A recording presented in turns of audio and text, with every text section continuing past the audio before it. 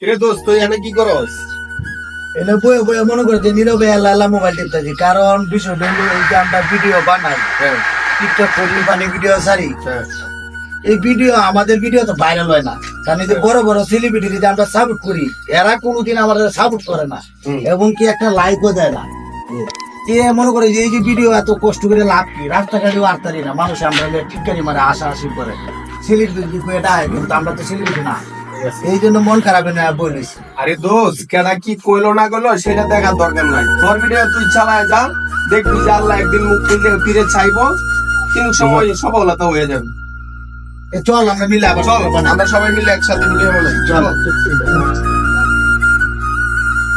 কিরে দোস্ত কি করছ এনে? আমি ভাই আছেন? তুই কি করো? আমি ভাই টিকটক বানাতেছি। যাও, আমি মনটা খারাপ মনে হচ্ছিল, আমি তার বানাইতাম না, চলো মিলে গেলে আবার ভিডিও বানাই। টিকটক বানাবে? চলো ভিডিও বানাই মিলে। চলো দোস্ত।